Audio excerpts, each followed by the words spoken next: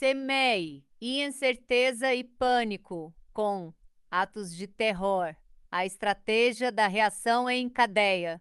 O terror é a melhor maneira de paralisar a vontade de resistir e tornar a pessoa incapaz de planejar uma reação estratégica.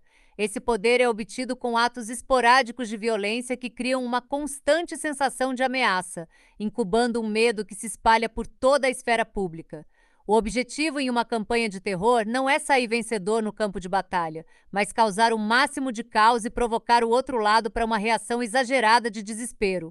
Fundindo-se invisivelmente na população, talhando suas ações para a mídia de massa, os estrategistas do terror criam a ilusão de que estão em toda parte e, portanto, que são muito mais poderosos do que são na realidade.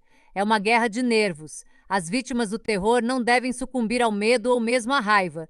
Para tramarem a contra-estratégia mais eficaz, as vítimas do terror devem permanecer equilibradas. Diante de uma campanha de terror, a racionalidade de uma pessoa é a última linha de defesa. Estratégia 33.477. 33. Pounda. Semeie. Incerteza e pânico com atos de terror. A estratégia da reação é em cadeia. O terror é a melhor maneira de paralisar a vontade de resistir e tornar a pessoa incapaz de planejar uma reação estratégica. Esse poder é obtido com atos esporádicos de violência que criam uma constante sensação de ameaça, incubando um medo que se espalha por toda a esfera pública. O objetivo em uma campanha de terror não é sair vencedor no campo de batalha, mas causar o máximo de caos e provocar o outro lado para uma reação exagerada de desespero. Fundindo-se invisivelmente na população, talhando suas ações para a mídia de massa, os estrategistas do terror criam a ilusão de que estão em toda parte e, portanto, que são muito mais poderosos do que são na realidade. É uma guerra de nervos. As vítimas do terror não devem sucumbir ao medo ou mesmo à raiva. Para tramarem a contra-estratégia mais eficaz, as vítimas do terror devem permanecer equilibradas. Diante de uma campanha de terror, a racionalidade de uma pessoa é a última linha de defesa. A anatomia do pânico. Em Isfahan, lá pelo final do século X, Nizam al-Mulk, o poderoso vizir do sultão Malik Shah, governante do grande império islâmico da época, começou a perceber uma pequena, porém irritante ameaça. No norte da Pérsia vivia uma seita chamada Ismaelita Nizari, seguidores de uma religião que combinava misticismo com o Corão. Seu líder, o carismático Hassan-i-Sabah, havia recrutado milhares de convertidos alienados pelo rígido controle que o império exercia sobre as práticas religiosas e políticas. A influência dos ismaelitas estava crescendo e o que mais incomodava Nizam al-Mulk era o total sigilo com que operavam. Era impossível saber quem havia se convertido à seita, pois seus membros faziam isso em segredo e escondiam sua aliança. O vizir monitorava suas atividades da melhor maneira possível, até que finalmente soube de notícias que o colocaram em ação. Ao longo dos anos, pelo visto, milhares destes ismaelitas convertidos em segredo haviam conseguido se infiltrar em castelos-chaves e agora os haviam dominado em nome de Hassan-i-Sabah. Isto lhes deu o controle de parte do norte da Pérsia, uma espécie de estado independente dentro do império. Nizam al-Mulk era um administrador benevolente, mas sabia como era perigoso permitir que seitas como os ismaelitas prosperassem. Melhor extingui-las logo de início do que enfrentar uma revolução. Portanto, em 1092, o vizir convenceu o sultão a enviar 2 exércitos para derrubarem os castelos e destruírem os ismaelitas.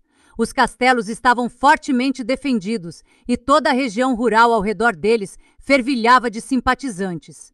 A guerra empatou e os exércitos do sultão acabaram tendo de voltar para casa. Nizam al-Mulk teria de encontrar uma outra solução, talvez uma força de ocupação na área meses depois. Entretanto, o vizir viajava de Isfahan para Bagdá quando um monge sufi aproximou-se da liteira em que ele estava e, tirando uma adaga de dentro da roupa, matou-o a facadas. O assassino revelou-se um ismaelita vestido de pacífico sufi, e ele confessou a seus captores que o próprio Hassan lhe havia encomendado essa missão. A morte de Nizam al-Mulk foi seguida, semanas depois, pela morte, de causa natural, de Malik Shah. Sua perda teria sido um golpe na época, mas sem seu ardiloso vizir para supervisionar a sucessão, o império entrou em um período de caos que durou vários anos. Em 1105, entretanto, a estabilidade estava até certo ponto restabelecida e as atenções de novo se concentraram nos ismaelitas. Com um assassinato, eles haviam feito o império todo tremer. Tinham de ser destruídos. Uma nova e vigorosa campanha foi lançada contra a seita, e logo revelou-se que o assassinato de Nizam al-Mulk não fora um ato isolado de vingança, como parecera na época, mas uma política dos ismaelitas, um novo estilo de guerrear estranho e assustador. Nos próximos anos, membros chaves da administração do novo sultão, Muhammad Tapar, foram assassinados do mesmo modo ritualístico. Um assassino surgia do meio da multidão e desfechava um golpe mortal com uma adaga. O ato era quase sempre em público e em irmãos, diz um poeta ismaelita, quando chega a hora do triunfo, com a boa sorte de ambos os mundos como nossa companheira, então por um único guerreiro a pé, um rei pode ser aterrorizado, embora possua mais de 100.000 cavalarianos. Citado em The Assassins, Bernard Lewis, 1967, 478 Estratégia 33, plena luz do dia. Às vezes, entretanto, acontecia enquanto a vítima estava na cama, por um ismaelita misterioso infiltrado entre os empregados da casa. Uma onda de medo espalhou-se entre a hierarquia do império. Era impossível dizer quem era um ismaelita. Os adeptos da seita eram pacientes, disciplinados e haviam dominado a arte de manter para si mesmos suas crenças e se encaixar em qualquer lugar. De nada adiantava os assassinos, quando eram capturados e torturados, acusarem várias pessoas dentro do círculo íntimo do sultão de serem espiões pagos pelos ismaelitas ou convertidos secretos. Ninguém sabia com certeza se estavam dizendo a verdade, mas a suspeita recaía sobre todos. Agora vizires, juízes e oficiais locais tinham de viajar cercados de guarda-costas. Muitos começaram a usar camisas grossas, desconfortáveis, de cota de malha. Em certas cidades, ninguém podia ir de uma casa a outra sem autorização, o que espalhava desafetos entre os cidadãos e facilitava aos ismaelitas recrutar convertidos. Muitos tinham dificuldade para dormir de noite ou confiar em seus melhores amigos. Pessoas com delírios paranoicos espalhavam todos os tipos de boatos absurdos. Surgiam divisões violentas dentro da hierarquia, com uns argumentando a favor de uma abordagem de linha dura para a razão e outros pregando a acomodação como a única resposta. E nisso, enquanto o império se esforçava para reprimir de alguma maneira os ismaelitas, os assassinatos continuavam menos, mas eram muito esporádicos. Passavam-se meses sem que acontecesse um, e aí, de repente, eram 2 na mesma semana. Não havia explicação real para quando isso acontecia ou que auto-administrador era escolhido. Os oficiais estavam sempre falando de um padrão, analisando todos os movimentos dos ismaelitas. Sem que percebessem, esta pequena seita acabara por dominar seus pensamentos. Em 1120, Sanjar, o novo sultão, decidiu agir, planejando uma campanha militar para capturar os castelos ismaelitas com força devastadora e transformar a região ao redor em um acampamento armado. Ele tomou precauções extras para impedir qualquer atentado contra sua vida, mudando suas horas e locais de dormir e só permitindo que se aproximassem deles aquelas pessoas que ele conhecia bem. Cuidando de sua segurança pessoal, ele acreditava poder se livrar do pânico à sua volta. Conforme prosseguiam os preparativos para a guerra, Hassan e Sabah enviavam um embaixador após outro a Sanjar, oferecendo-se para negociar um fim para os assassinatos. Todos eram recusados. O jogo parecia ter virado. Agora os ismaelitas estavam assustados. Pouco antes de lançar a campanha, o sultão acordou um dia de manhã e viu uma adaga enfiada no chão a poucos centímetros de onde seu peito repousava na cama. Como tinha chegado lá? O que isso significava? Quanto mais ele pensava, mais tremia literalmente de medo. Era uma mensagem, não havia dúvida. Ele não comentou nada com ninguém, pois ia confiar em quem? Até suas esposas eram suspeitas. No final do dia, perdas a que estamos acostumados nos afetam menos. Juvenal, século I a II a.C. Estratégia 33, 479. Seu estado emocional era um desastre. Naquela noite, ele recebeu uma mensagem do próprio Hassan. Se eu não desejasse a felicidade do sultão, essa adaga atirada no chão duro teria sido plantada em seu peito macio. Sanjar perdeu a paciência. Não podia passar outro dia assim. Não estava disposto a viver em constante temor, a mente translocada por incertezas e suspeitas. Era melhor, ele pensou, negociar com este demônio. Ele suspendeu a campanha e fez as pazes com Hassan. Ao longo dos anos, conforme o poder político dos ismaelitas crescia e a seita se expandia para a Síria, seus assassinos tornaram-se quase míticos. Eles nunca tentavam escapar. Depois de matar, eles eram apanhados, torturados e executados, mas novos continuavam aparecendo e nada parecia impedi-los de completar sua missão. Eles pareciam possuesses, extremamente dedicados à sua causa. Havia quem os chamasse de Hashashin, do árabe hashish, porque agiam como se estivessem drogados. Os cruzados europeus ouviram histórias sobre estes diabólicos Hashashin e as passaram adiante. A palavra aos poucos se transformou em assassinos, entrando para sempre para o léxico. Interpretação. Hassan e Sabah tinham um objetivo: criar um estado para sua seita no norte da Pérsia, permitindo que ela sobrevivesse e prosperasse dentro do Império Islâmico. Dado seu número relativamente pequeno e os poderes unidos contra ele, não podia esperar por mais do que isso. Então imaginou uma estratégia que certamente foi a primeira campanha terrorista organizada, cujo objetivo era o poder político. O plano de Hassan era notoriamente simples. No mundo islâmico, o líder que conquistasse o respeito ficava investido de considerável autoridade, e como tinha autoridade, sua morte poderia semear o caos. Por conseguinte, Hassan optou por atacar estes líderes, porém de uma forma um tanto aleatória. Era impossível ver qualquer padrão em suas escolhas, e a incômoda possibilidade de ser a próxima vítima era insuportável para muitos. Na verdade, exceto pelos castelos que dominavam, os ismaelitas eram bastante fracos e vulneráveis, mas infiltrando pacientemente seus homens bem no núcleo da administração do sultão, Hassan conseguiu criar a ilusão de que estavam por toda parte. Somente uns 50 assassinatos estão registrados em toda a sua vida, mas ele conquistou com eles o mesmo poder político do que se possuísse um enorme exército. Este poder não poderia vir simplesmente fazendo indivíduos sentirem medo. Ele dependia do efeito que as mortes teriam em todo o grupo social. Os oficiais mais fracos na hierarquia eram os que iriam sucumbir à paranoia e expressar dúvidas e boatos que se espalhariam contaminando os menos fracos. O resultado foi um efeito onda, menos violenta alternância de emoções, de ira à rendição, subindo e descendo. Um grupo apanhado por este tipo de pânico não consegue encontrar seu equilíbrio e pode cair ao mais leve empurrão. Até os mais fortes e mais determinados serão contaminados no final, como foi o sultão Sanjar. Suas tentativas com relação a...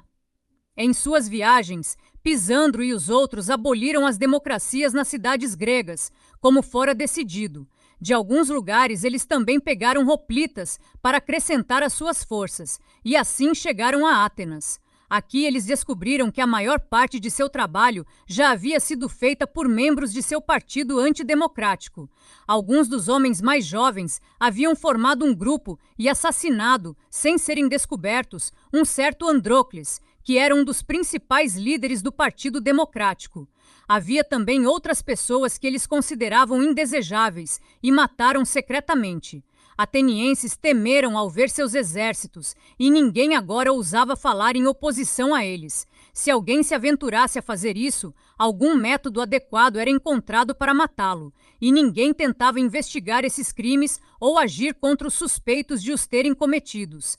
Em vez disso, as pessoas se calavam e estavam tão aterrorizadas que se achavam com muita sorte por não terem sido molestadas mesmo não tendo dito nada.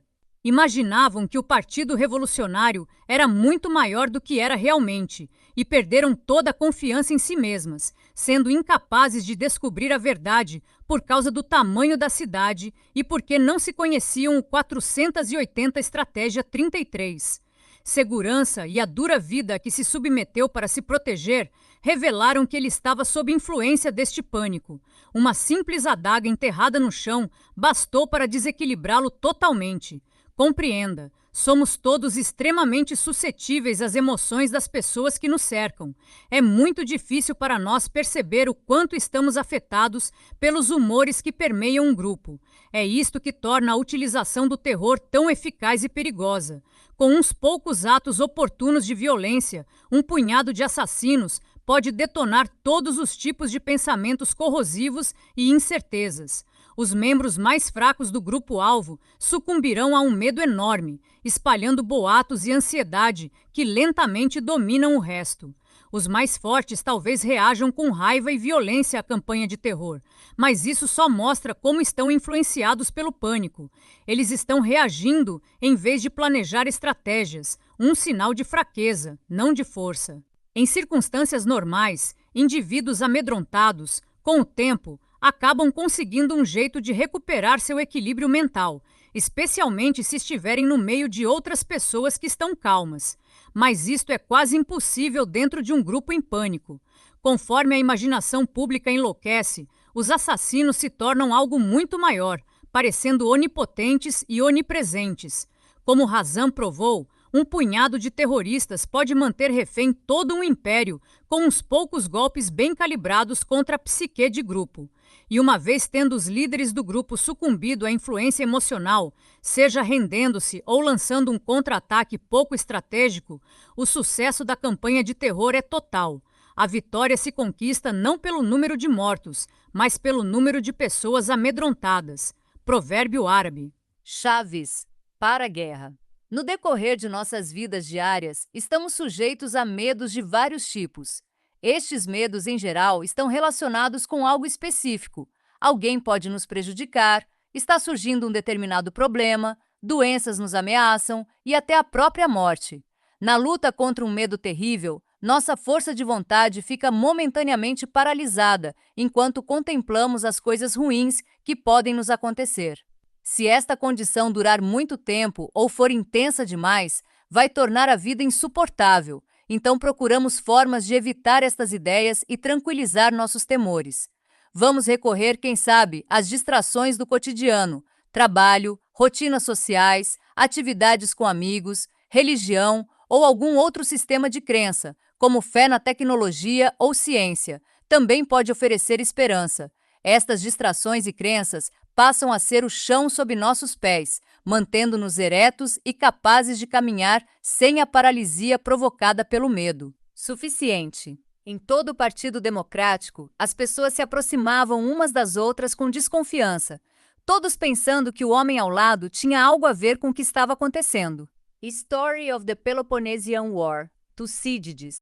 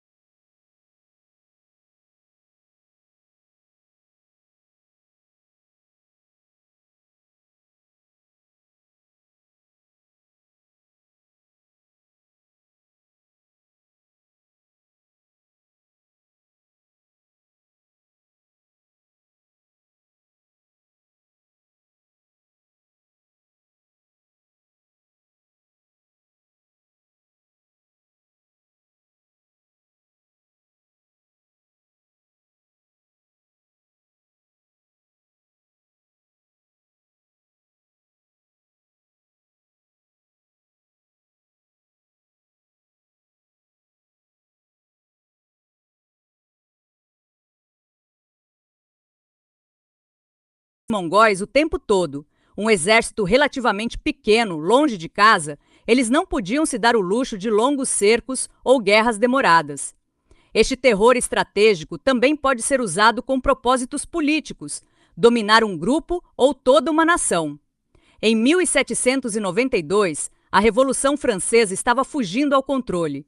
Exércitos estrangeiros estavam na iminência de invadir a França. O país estava irremediavelmente dividido em facções. Os radicais, liderados por Robespierre, enfrentaram esta ameaça iniciando uma guerra contra os moderados, o reinado do terror.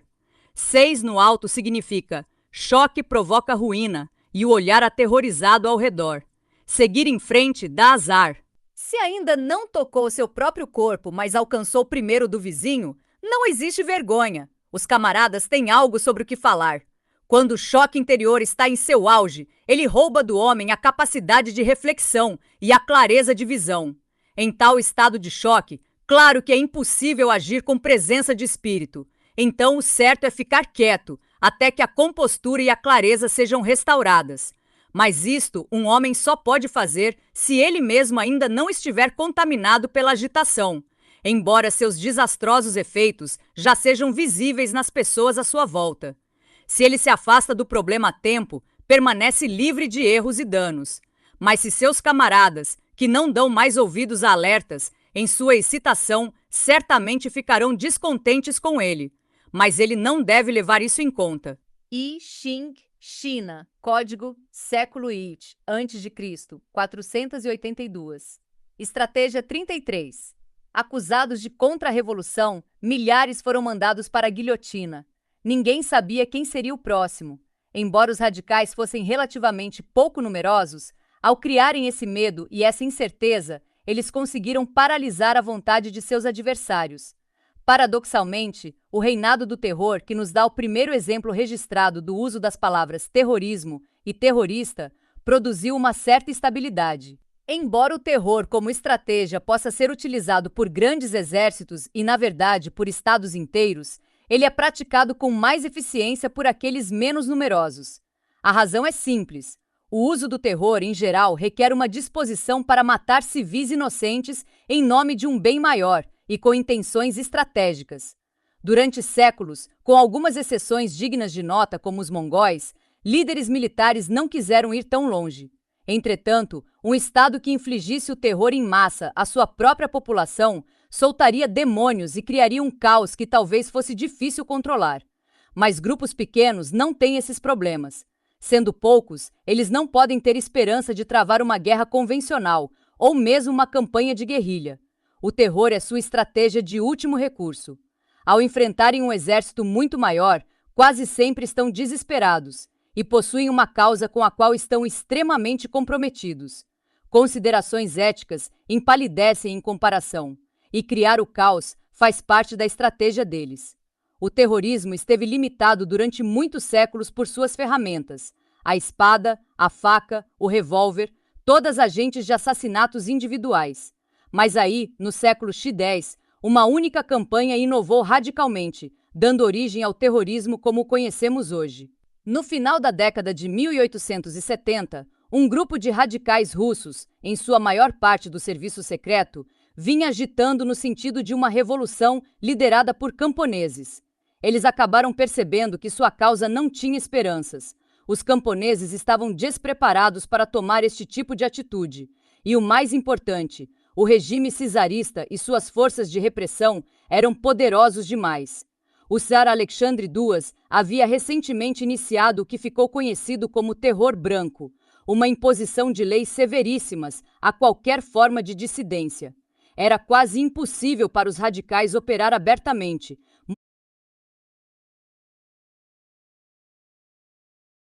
muito menos espalhar sua influência. Mas se não fizessem nada, a força do czar só aumentaria. E assim, entre estes radicais, surgiu um grupo inclinado a travar uma guerra terrorista. Eles se autodenominaram Narodnaya Volia, ou Vontade do Povo. Para manter sua organização clandestina, eles a conservaram pequena. Vestiam-se discretamente, misturando-se à multidão, e começaram a fabricar bombas. Depois de terem assassinado vários ministros do governo, O czar estava praticamente prisioneiro em seu palácio. Enlouquecido de desejo de encurralar os terroristas, ele canalizou todas as suas energias para este objetivo, e o resultado foi que uma boa parte de sua administração ficou disfuncional. A base do estilo de guerra mongol era o terror autêntico. Massacre, rapina e tortura eram o preço da derrota. Seja imposta ou negociada, todo o aparato de terror era sem nenhum remorso usado para exaurir a vontade de resistir e, em termos práticos, esta política de pavor certamente pagava dividendos a curto prazo. Exércitos inteiros eram conhecidos por se dissolverem em fragmentos aterrorizados com notícias da aproximação dos Toumans. Muitos inimigos ficavam paralisados antes que um exército mongol atravessasse suas fronteiras. The Art of Warfare on Land, Davi Chandler, 1974. Estratégia 33-483. Em 1880, os radicais conseguiram explodir uma bomba no Palácio de Inverno, a residência do Czar, em São Petersburgo. Então, finalmente, no ano seguinte, outra bomba matou o próprio Alexandre. O governo reagiu naturalmente com repressões ainda mais enérgicas do que a política já em vigor, instituindo um virtual estado totalitário. Apesar disto, em 1888, Alexander Ulyanov, irmão de Vladimir Lenin e membro do Narodnaya Volia, quase conseguiu matar o sucessor de Alexandre, o czar Alexandre III. A captura e execução de Ulyanov encerraram as atividades do Narodnaya Volia, mas o grupo já havia começado a inspirar uma onda de ataques terroristas no mundo inteiro, inclusive os assassinatos pelos anarquistas dos presidentes americanos James A. Garfield, em 1881, e William McKinley, em 1901. E com Narodnaya, todos os elementos do terrorismo moderno estavam assentados. O grupo preferia bombas a armas de fogo, por serem mais dramáticas e mais assustadoras. Eles acreditavam que se matassem um número suficiente de ministros do governo, chegando até o próprio czar, o regime entraria em colapso ou iria a extremos na tentativa de se defender. Essa reação repressiva, entretanto, a longo prazo serviria aos propósitos dos radicais, fomentando um descontentamento que acabaria por deflagrar uma revolução. Enquanto isso, a campanha de bombardeios conquistava a cobertura da imprensa para o grupo, divulgando indiretamente sua causa para simpatizantes do mundo inteiro.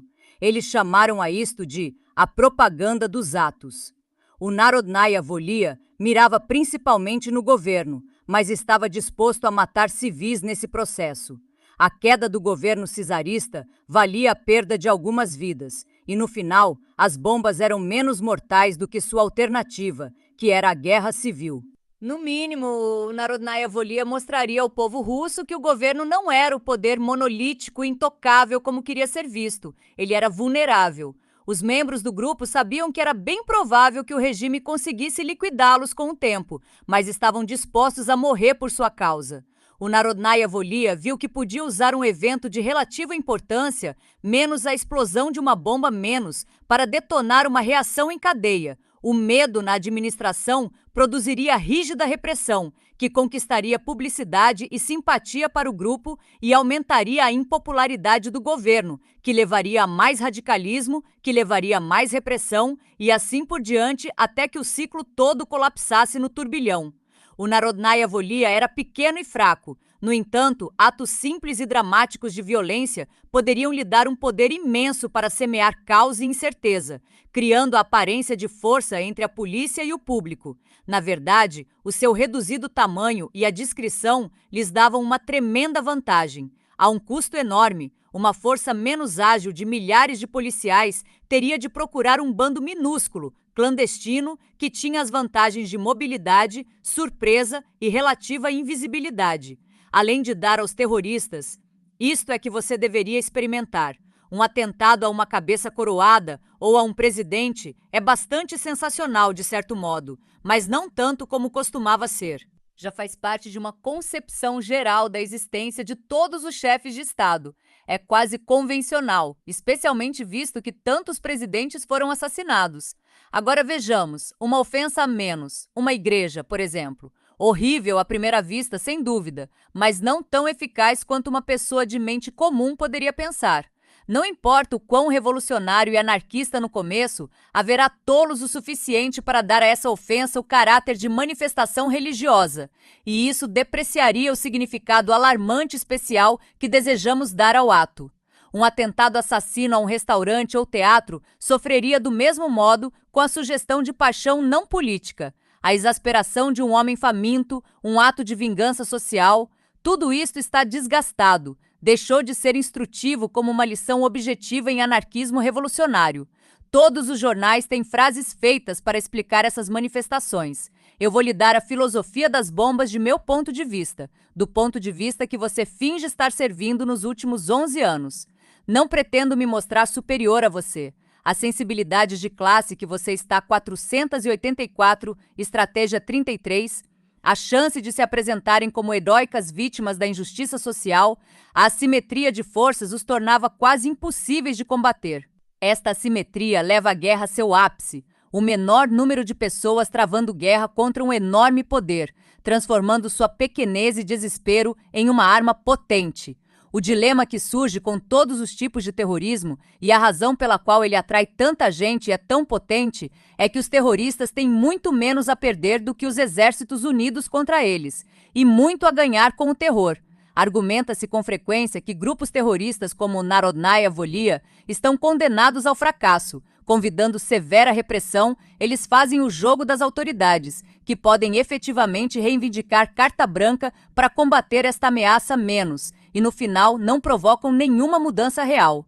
Mas este argumento é absurdo e se engana na interpretação do terrorismo.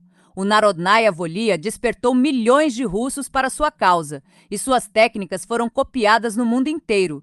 Ele também desestabilizou profundamente o regime tsarista, que reagia de forma irracional e prepotente, dedicando recursos à repressão que poderiam ter sido melhor aplicados em reformas que talvez estivessem prolongando sua permanência no poder.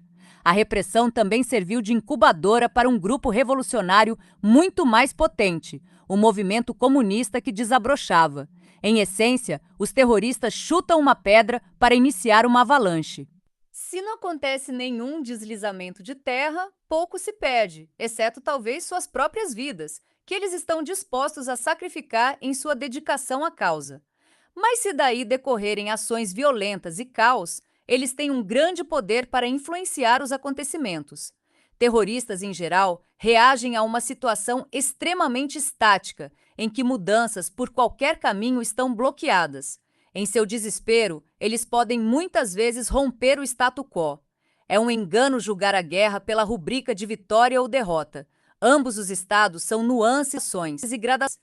Poucas vitórias na história são totais ou geram paz eterna. Poucas derrotas levam à destruição permanente.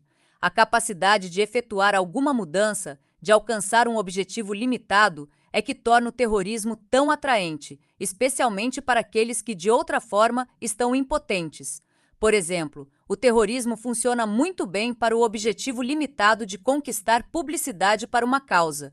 Quando ele é alcançado, estabelece-se uma presença pública que pode se traduzir em poder político. Quando os terroristas palestinos sequestraram o avião El Al em 1968, chamaram a atenção da mídia de massa do mundo inteiro. Nos anos seguintes, eles encenaram outros atos terroristas que tiveram um bom desempenho na televisão, inclusive o infame ataque durante as Olimpíadas de Munique, em 1972. Embora estes atos os tornem odiados pela maioria dos países não árabes, eles estão dispostos a suportar isso, menos a publicidade para sua causa e o poder que vem disso. Era tudo o que eles queriam. Como observa o escritor Brian Jenkins, insurgentes lutaram 14 anos em atacando, logo ficam embotadas. A propriedade lhes parece uma coisa indestrutível. Você não pode contar com suas emoções, seja de piedade ou medo, por muito tempo. Um atentado à bomba, para ter qualquer influência na opinião pública, deve agora ir além da intenção de vingança ou terrorismo. Ele deve ser puramente destrutivo. Deve ser isso e apenas isso, além da mais leve suspeita de qualquer outro objetivo. Vocês anarquistas devem deixar claro que estão totalmente determinados a fazer a limpeza de toda a criação social. O que se pode dizer de um ato de ferocidade destrutivo tão absurdo a ponto de ser incompreensível, inexplicável, quase impensável, na verdade, louco? A loucura apenas é verdadeiramente aterrorizante, visto que você não pode aplacá-la, seja por ameaças, persuasão ou subornos. Além do mais, eu sou um homem civilizado. Eu jamais sonharia em orientá-lo para organizar uma mera carnificina, mesmo se esperasse os melhores resultados com isso. Mas eu não esperaria de uma carnificina os resultados que desejo. Assassinatos existem sempre. É quase uma instituição. A demonstração deve ser contra a cultura, menos ciência. Mas nem toda ciência servirá.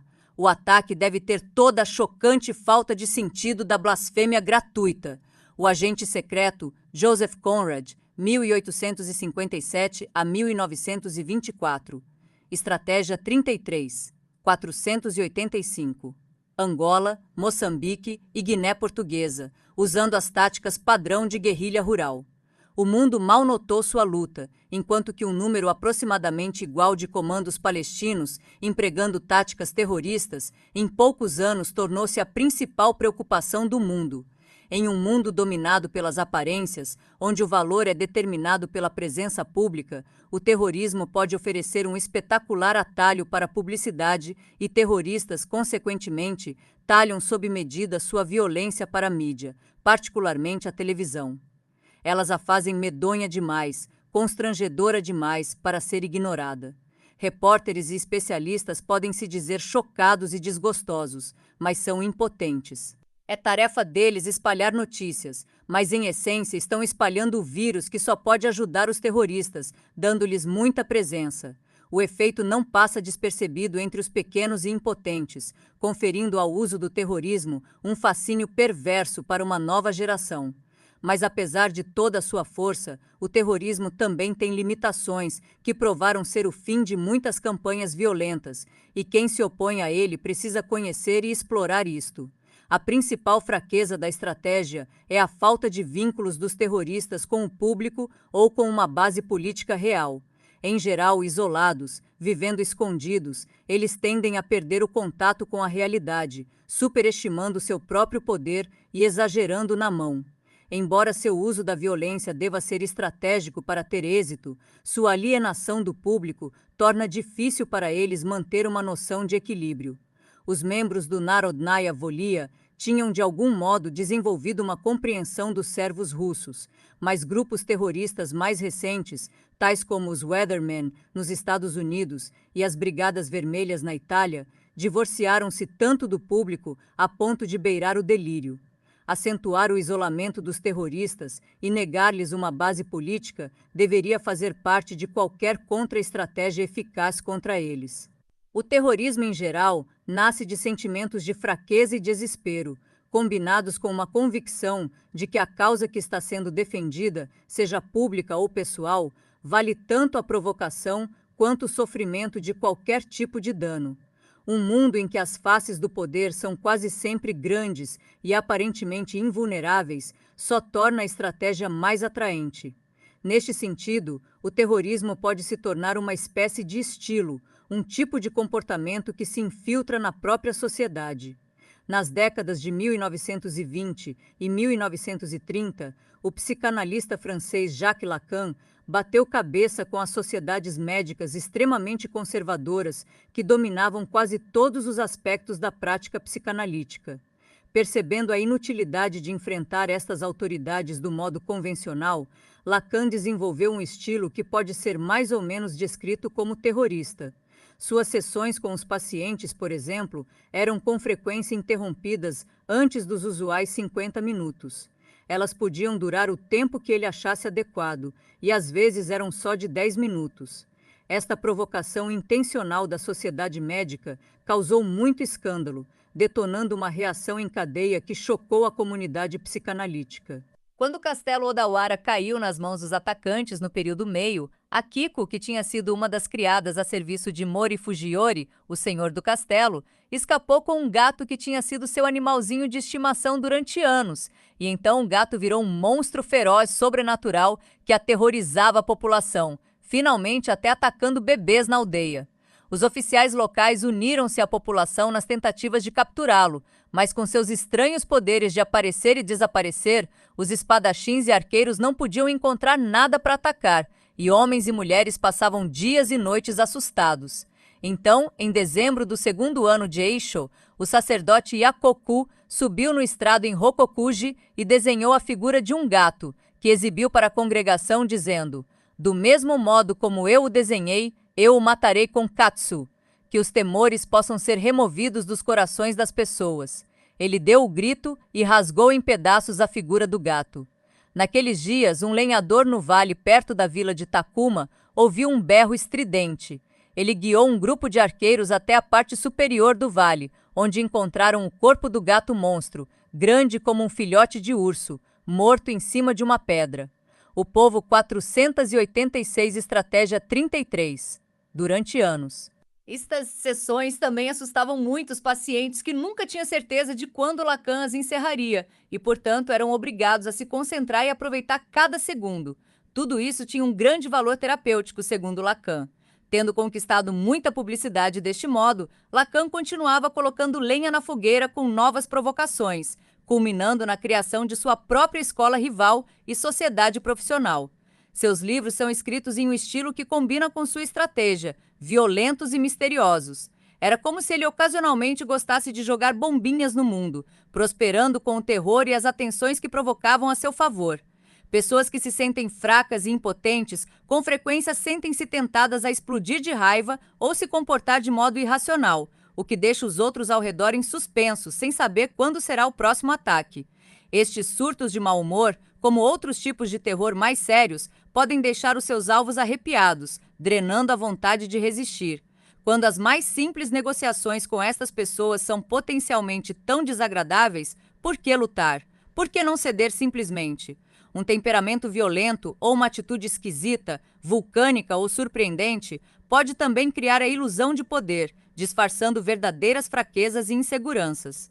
E uma reação emocional ou descontrolada só beneficia a outra pessoa, criando o tipo de caos e a tensão de que ela se alimenta. Se tiver de lidar com um cônjuge ou chefe terrorista, é melhor revidar de um modo determinado, mas sem grandes paixões. Menos a resposta que esses tipos menos esperam. Embora o terrorismo organizado tenha evoluído e a tecnologia aumentado sua capacidade de violência, sua constituição essencial não parece ter mudado.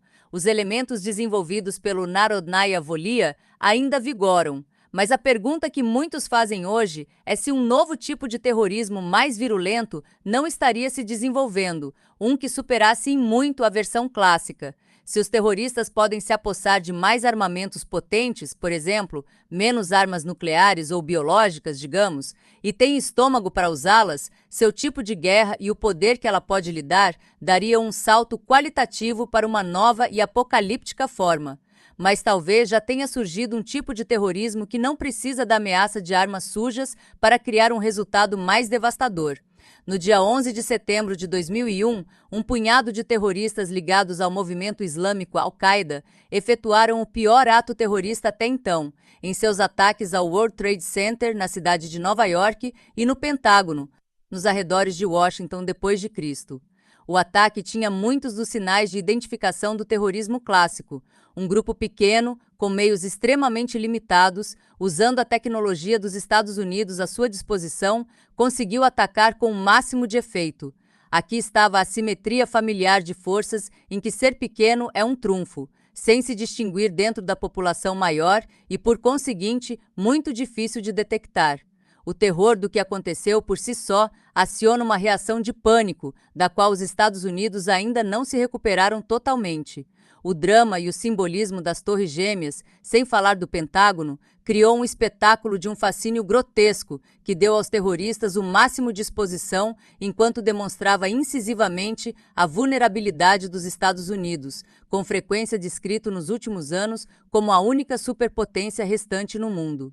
Havia aqueles no mundo inteiro que jamais tinham imaginado que a América podia ser tão rápida e gravemente ferida, mas ficaram encantados ao descobrir que estavam errados. Muitos negam que o atentado de 11 de setembro tenha sido uma nova forma de terrorismo. Ele só se distinguiu, dizem, pelo número de vítimas. A mudança foi quantitativa, não qualitativa. E como no terrorismo clássico, estes analistas dizem: a Al-Qaeda está condenada ao fracasso. O contra-ataque americano no Afeganistão destruiu sua base operacional, e eles agora são os alvos da implacável vontade do governo americano, cuja invasão do Iraque foi um estágio na grande estratégia para livrar a região do terrorismo em geral. Mas há uma outra maneira de se ver o ataque, tendo em mente a reação em cadeia que é sempre o objetivo do terrorista. É difícil medir o impacto econômico total do 11 de setembro, mas o efeito onda do ataque é imenso e inegável. Segundo qualquer padrão, aumentos substanciais nos custos com a segurança, inclusive o financiamento de novos programas do governo com este propósito, enormes gastos militares com as invasões de duas nações distintas, um efeito depressivo na bolsa de valores e um consequente prejuízo na confiança do consumidor, choques em indústrias específicas, tais como viagens e turismo, e o efeito reverberante de tudo isto sobre a economia global. O ataque também teve efeitos políticos tremendos. Menos, na verdade, as eleições americanas de 2002 e 2004 foram inegavelmente determinadas por ele. E como a reação em cadeia continuou se manifestando, uma crescente rixa surgiu entre os Estados Unidos e seus aliados europeus. O terrorismo em geral visa implicitamente criar essas rachaduras em alianças e também na opinião pública, onde falcões e pombos se enfileiram. O 11 de setembro também teve um impacto definido e óbvio no estilo de vida dos americanos, levando diretamente a uma redução das liberdades civis, que são a marca característica do país. Embora isto seja impossível de medir, ele teve um efeito depressivo e assustador sobre a cultura em geral. Talvez os estrategistas da Al-Qaeda não pretendessem tudo isto, ou nem mesmo tivessem imaginado. Jamais saberemos, mas o terrorismo, por sua natureza, é um jogo de dados, e o terrorista sempre espera pelo efeito máximo. Criar o máximo possível de caos, incerteza e pânico é a ideia. Neste sentido, o atentado de 11 de setembro deve ser considerado um sucesso, na medida em que representa, na verdade, um salto qualitativo na virulência do terrorismo.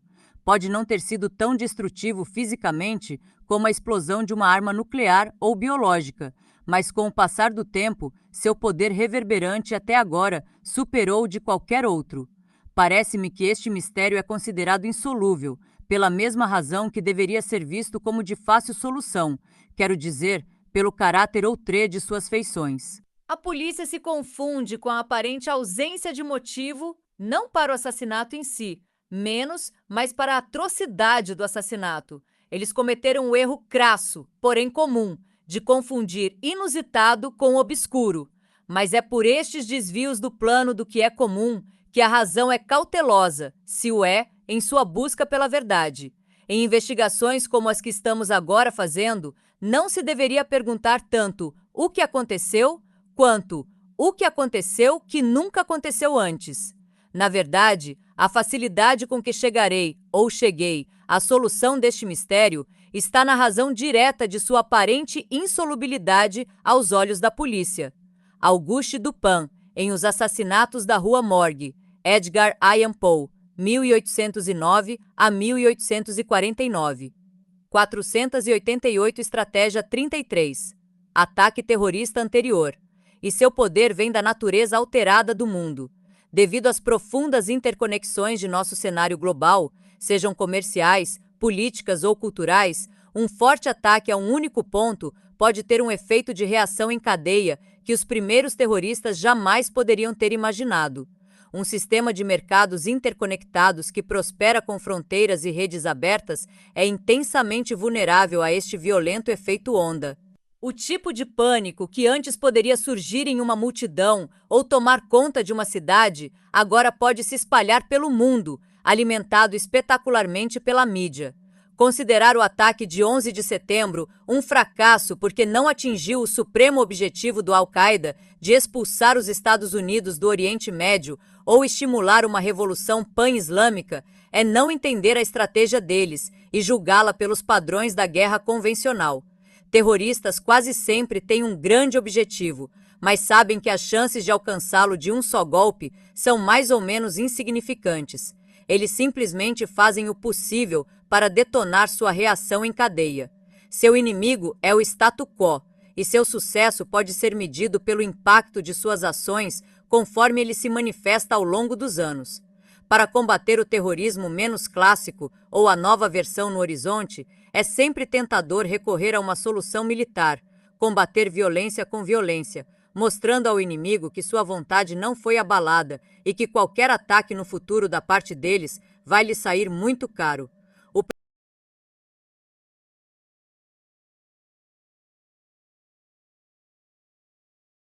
De sair muito caro. O problema aqui é que terroristas, por natureza, têm muito menos a perder do que você.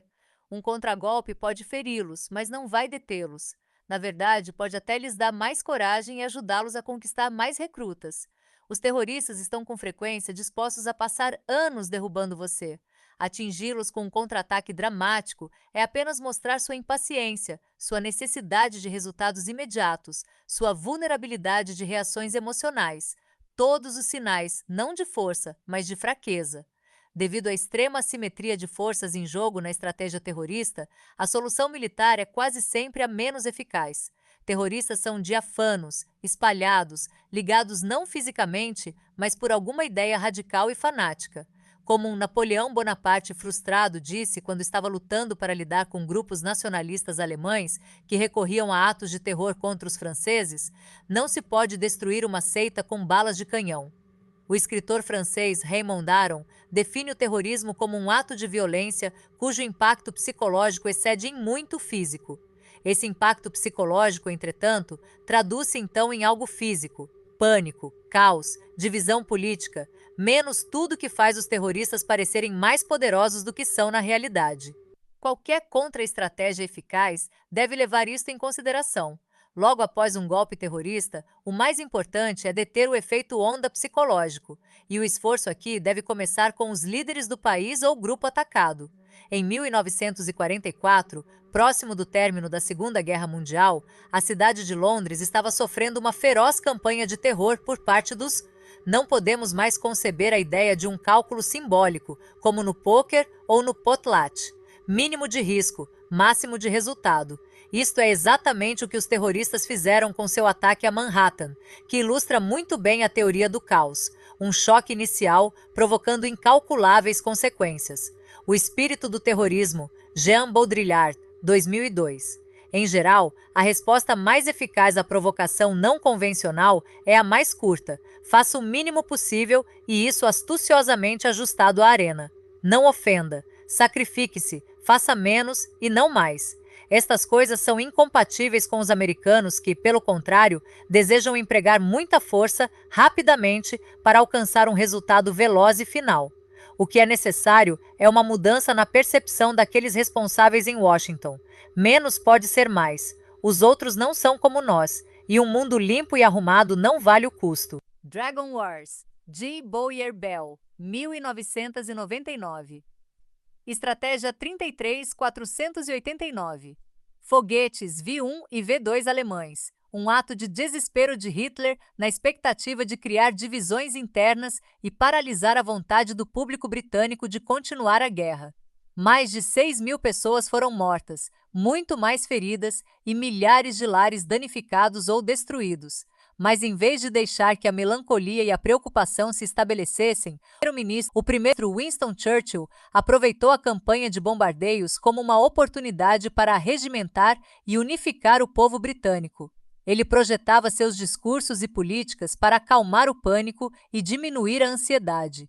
Em vez de chamar atenção para os ataques V-1 ou para os mais temíveis V-2S, ele enfatizava a necessidade de permanecer firme. Os ingleses não dariam aos alemães a satisfação de vê-los curvarem a cabeça para tamanho terror.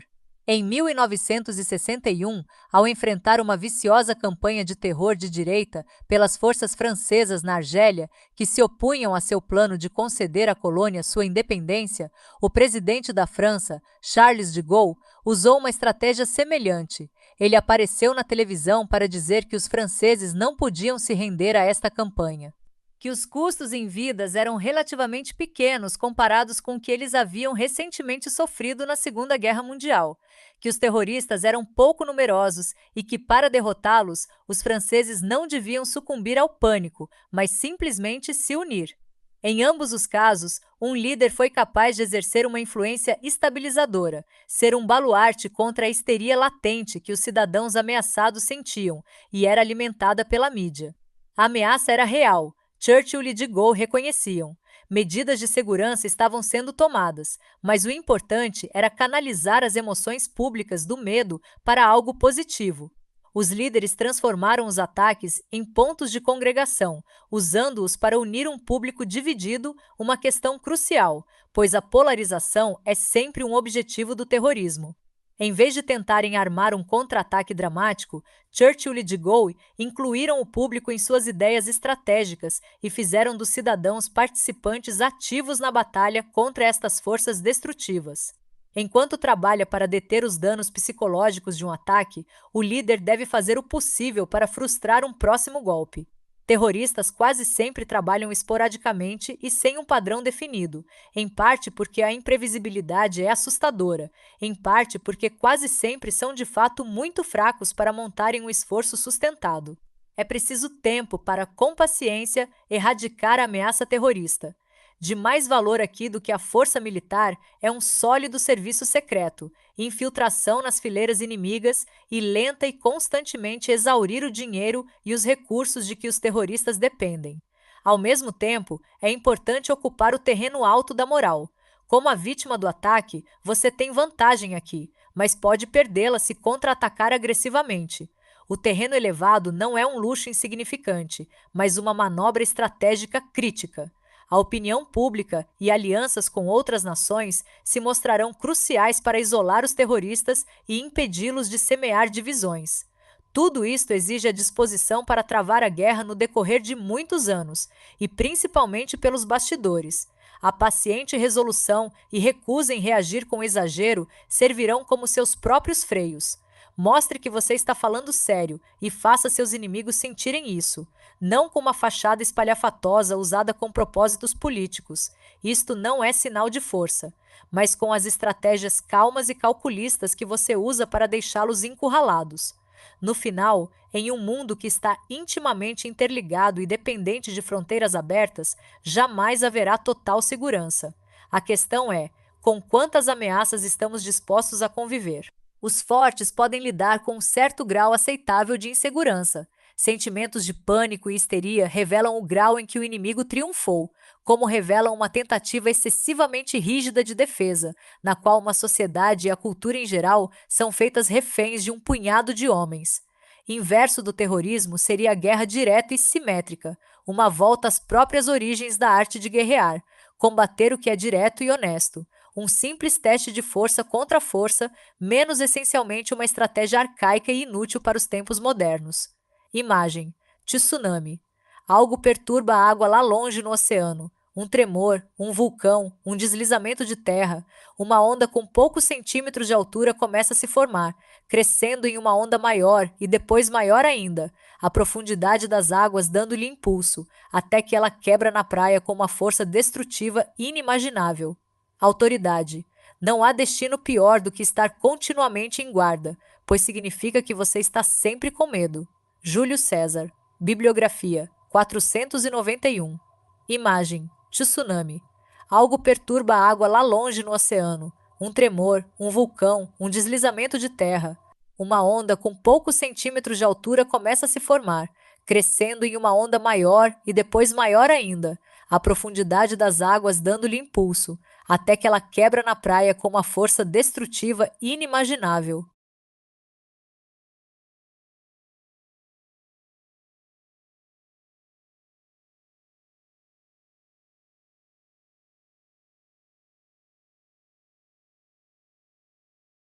O autor colocou a descrição da imagem do tsunami 2 vezes para reforçar a força hidral do texto, que o terrorismo funciona como uma onda, menos começa com um pequeno choque inicial, mas gera consequências grandes e imprevisíveis que se espalham.